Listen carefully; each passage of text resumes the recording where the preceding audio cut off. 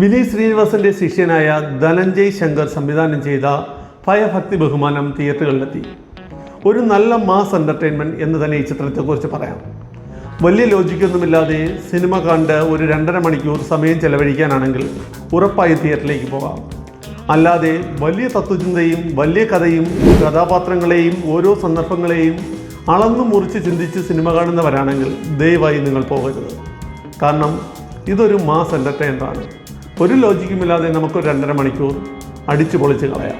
സംസ്ഥാനത്തെ മുഴുവൻ വിറപ്പിച്ച ഒരു വട്ടനായ ഭ്രാന്തൻ്റെ അയാളുടെ ചിന്തയും അയാളിൽ സഞ്ചരിക്കുന്ന ഒരു പ്രത്യേക രീതിയിലുള്ള കഥാപശ്ചാത്തലം.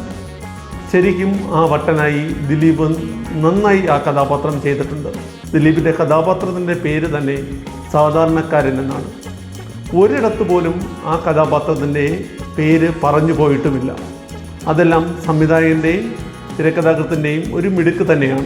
കുട്ടിക്കാലത്ത് അയാളുടെ ജീവിതത്തിൽ നടന്ന ഒരു സംഭവവും അത് അയാളുടെ ജീവിതത്തിൽ മാറ്റിമറിച്ച കുറേ സംഭവ വികാസങ്ങളുമാണ് ഈ സിനിമയുടെ പശ്ചാത്തലം. ഒരു ലോജിക്കുമില്ലാത്ത കഥയും കഥാപാത്രങ്ങളും അതിൻ്റെ ആ ഒരു രീതിയിൽ നമുക്ക് കുറേ നേരം ആ സിനിമയിലേക്ക് കടന്നു ചെല്ലാൻ നമ്മുടെ പ്രേക്ഷകന് ഒരു ബുദ്ധിമുട്ട് തന്നെയാണ്.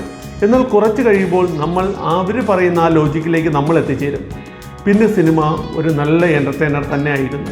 ദിലീപിൻ്റെ സ്ഥിരം തട്ടിയും മുട്ടിയുമുള്ള കോമഡികളെല്ലാം മാറ്റി അതെല്ലാം മാറ്റി വെച്ചിട്ട് വേറൊരു രീതിയിലാണ് ദിലീപ് ഈ സിനിമയിൽ എത്തുന്നത്. അതുതന്നെയാണ് ഈ സിനിമയുടെ ഭംഗി. കാരണം നമ്മൾ സ്ഥിരം കണ്ടുമടുത്ത സ്ഥിരം കോമഡി ചെയ്യാൻ വേണ്ടി ചെയ്യുന്ന ആ കോമഡികളിൽ നിന്നെല്ലാം മാറി ഒരു പ്രത്യേകതരം വേറൊരു ഭാവത്തിലേക്ക് ദിലീപ് എത്തിയപ്പോൾ നമുക്ക് തിയേറ്ററിൽ വലിയ മുഷിപ്പ് തോന്നിയില്ല എന്നതാണ് സത്യം.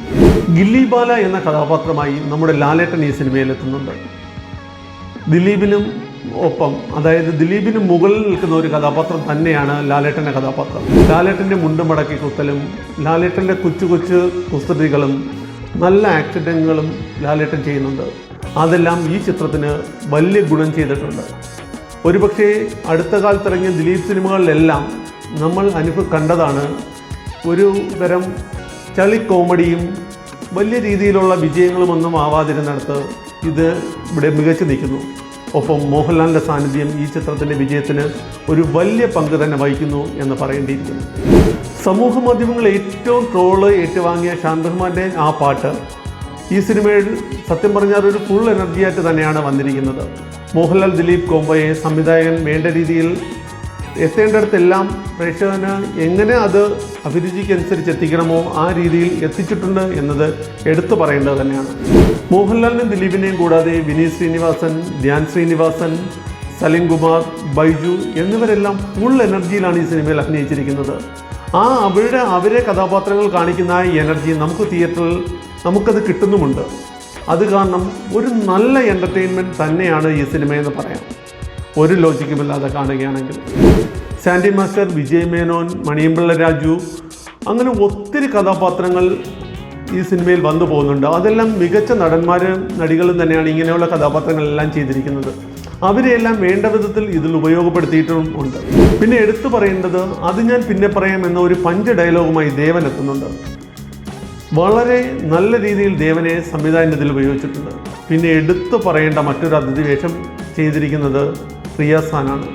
സത്യം പറഞ്ഞാൽ നമ്മുടെ മനസ്സിൽ നിന്ന് പോകാത്ത ഒരു കഥാപാത്രം റിയാസ് ഖാൻ എത്തിയിട്ടുണ്ട്. ഫാഹിം സഫറും നൂറിൻ ഷെരീഫും ചേർന്ന് ഈ ഒരു സിനിമയുടെ കഥയും തിരക്കഥയും എല്ലാം എഴുതിയിരിക്കുന്നത് സത്യം പറഞ്ഞാൽ അവരുടെ ഒരു വിജയം തന്നെയാണ്. വലിയ തിരക്കഥയിൽ വലിയ മേന്മയൊന്നും ഇല്ലെങ്കിൽ പോലും ഈ 2.5 മണിക്കൂർ മലയാളികളെ മറ്റൊരു ലോകത്ത്, അതായത് ഒരിക്കലും വിശ്വസിക്കാൻ പറ്റാത്ത ഒരു കഥാപശ്ചാത്തലത്തിൽ നമ്മളെ പിടിച്ചിരുത്താൻ അവർക്ക് കഴിഞ്ഞുവെങ്കിൽ അതിൻ്റെ തിരക്കഥയുടെ വിജയം തന്നെയാണ്. ഒപ്പം അത് ചെയ്തിരിക്കുന്ന സംവിധായകൻ്റെ കലയും. നോ ലോജിക് ഓൺലി മാഡ്നസ് എന്നായിരുന്നു ഇതിൻ്റെ ടാഗ്ലൈൻ. അത് തന്നെയാണ് ഈ സിനിമയും. സംവിധായകന് അത് പൂർണ്ണമായി 2.5 മണിക്കൂർ ആൾക്കാരെ തിയേറ്ററിൽ പിടിച്ചിരുത്താനുള്ള എന്തോ ഒരു കുറച്ച് കാര്യങ്ങൾ സംവിധാനം ചെയ്ത് വച്ചിട്ടുണ്ട്. അതിൽ ഏറ്റവും പ്രധാനമെന്ന് പറയുന്നത് മോഹൻലാലിൻ്റെ സാന്നിധ്യം തന്നെയാണ്. മോഹൻലാൽ, ദിലീപ്, അങ്ങനെ തുടങ്ങി ഒരുപാട് താരങ്ങളെ വേണ്ട രീതിയിൽ സംവിധാനം ഇതിൽ ഉപയോഗിച്ചിട്ടുണ്ട്. പിന്നെ എടുത്തു പറയേണ്ട മറ്റൊരു കാര്യം എന്ന് പറയുന്നത് സെൽഫ് ട്രോളുകളാണ്. ഇതിൻ്റെ ആശാന, എനിക്ക് ആവശ്യം വരുമ്പോഴെല്ലാം ആശാൻ ഓടിയെത്താറുണ്ട് എന്ന് പറയുന്ന അങ്ങനത്തെ കുറേ ട്രോളുകളുണ്ട്.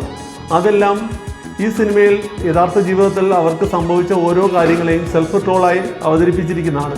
അത് നമുക്ക് തിയേറ്ററിൽ നല്ലതുപോലെ എൻജോയ് ചെയ്യാൻ പറ്റുന്നു എന്നാണ് എനിക്ക് ഫീൽ ചെയ്തത്. കൂടുതലൊന്നും ചിന്തിച്ച് തല പുണ്ണാക്കാതെ ഒരു 2.5 മണിക്കൂർ നമുക്ക് സമയം ചെലവഴിക്കണം. നമുക്ക് കണ്ണിന് കുളിർമയായി നമ്മൾ ഇഷ്ടപ്പെടുന്ന കുറേ താരങ്ങളും അവരോടൊപ്പം നമുക്ക് നല്ല രീതിയിൽ ഒരു 2.5 മണിക്കൂർ എൻജോയ് ചെയ്ത് തിയേറ്ററിലിരിക്കാൻ പറ്റിയ ഒരു സിനിമ. ഇതിൽ കൂടുതലൊന്നും ഭയഭക്തി ബഹുമാനത്തിലില്ല. നമുക്ക് കുറച്ച് ഭയവും ഭക്തിയും ബഹുമാനത്തോടെ ഒരു 2.5 മണിക്കൂർ കണ്ടിരിക്കാം. എന്തായാലും നമ്മുടെ ലാലേട്ടൻ്റെയും ദിലീപിൻ്റെയും എല്ലാ സിനിമയല്ലേ.